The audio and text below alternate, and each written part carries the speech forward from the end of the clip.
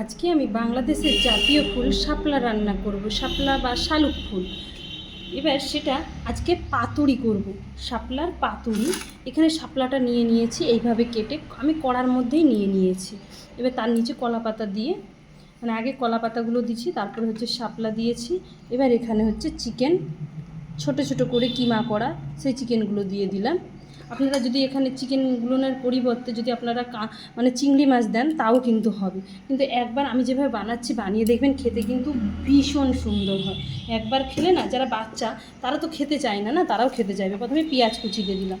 এইভাবে আপনারা সেমভাবে কচুর লতিও বানাতে পারেন। কচুর লতি যারা খান, কচুর লতিও ভালো লাগবে। এবার হচ্ছে এখানে আমি টমেটো, কাঁচা লঙ্কাটা তো দিতেই হবে অবশ্যই। এবার হচ্ছে পরিমাণ মতো লবণ, বুঝে শুনে লবণটা দেবেন। এবার হচ্ছে হলুদ, আর হচ্ছে কাঁচা সর্ষের তেল। আর যদি আপনাদের কাছে লেবু থাকে, এখানে একটু লেবু রসও দেবেন। লেবু আছে কিন্তু আমার এই মুহূর্তে হাতের কাছে, মানে সত্যি বলতে অনেক বড় লেবু লাগবে সামান্য। এবার সেখানে এবার মশলাটা দিয়ে দেবো। কাঁচা লঙ্কা, গোটা শুকনো লঙ্কা, আদা, জিরে, একটু রসুন। এবার সব একসাথে এগুলো ভালো করে মাখাবে। মাখিয়ে এবার ঢাকা দিয়ে একদম কড়ার আঁচেতে বসিয়ে দেবে। এবার হচ্ছে এখানে আমি সেই মশলা ধুয়ে রাখা জলটা, বেশি দেবেন না যেহেতু শাপলা দিয়ে জল উঠবে, আর ওপর দিয়ে আর একটু তেল, যদি গরম মশলা বাটা বা গুঁড়ো দিতে চান দিতে পারেন, আমি দেবো না।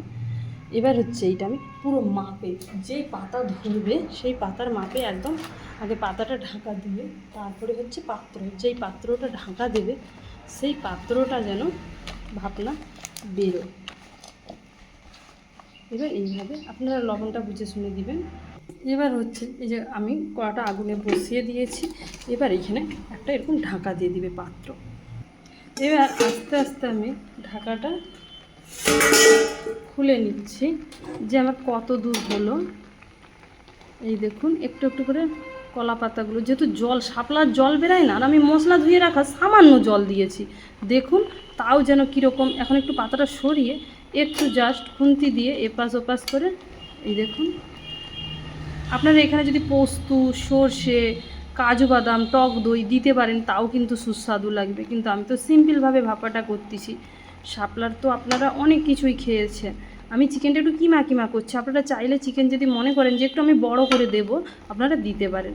এই দেখুন, এই ভাপেই কিন্তু হয়ে যাবে, একদম শুকনো শুকনো এতেই কিন্তু হয়ে গিয়েছে। দেখুন এরই জল, সত্যি বলবো একটা এত সুন্দর গন্ধ বেরিয়েছে না আপনাদের। আবার কিন্তু আমি ঢাকা দিয়ে দিচ্ছি, আর কলা পাতার একটা গন্ধই কিন্তু আলাদা। এইভাবে কি খেয়েছেন? একবার কিন্তু খেয়ে দেখবেন। আবার কিন্তু আমি সেমভাবে ঢাকা দিয়ে দিচ্ছি, কারণ এর জলটা পুরো কিন্তু জলটা একেবারে কিন্তু হয়ে যাবে, মানে শুকনো শুকনো ভাব হয়ে যাবে। এবার আমি ঢাকনা খুলে দেখবো যে আমার কতদূর হলো। এটা কিন্তু আপনি গুছি দিয়ে অন্য কাজেও যেতে পারেন। আমি এর ফাঁকে অনেকগুলো কাজ করে নিয়ে নিলাম। একটা একটা করে গরম আছে, আপনারা আবার সাবধানে। এই দেখুন খুব সুন্দরভাবে মানে আমার পাতুরিটা, শাপলা পাতুরি চিকেন দিয়ে হয়ে গেল একদম। এর মধ্যে এবার একদম দেখুন, একদম খুব ভালোভাবে এখন সিদ্ধও হয়ে গেছে, কিন্তু তাও গোটা গোটাই আছে। জানেন, আমি এখানে না একটা জিনিস দিতে ভুলে গিয়েছিলাম, সেটা হচ্ছে বড় বড় রসুন কোয়া আমি কেটে রেখেছিলাম, জানি এর সঙ্গে মাখিয়ে এখানে দেবো, সেটা না আমার দিতে মনে নেই।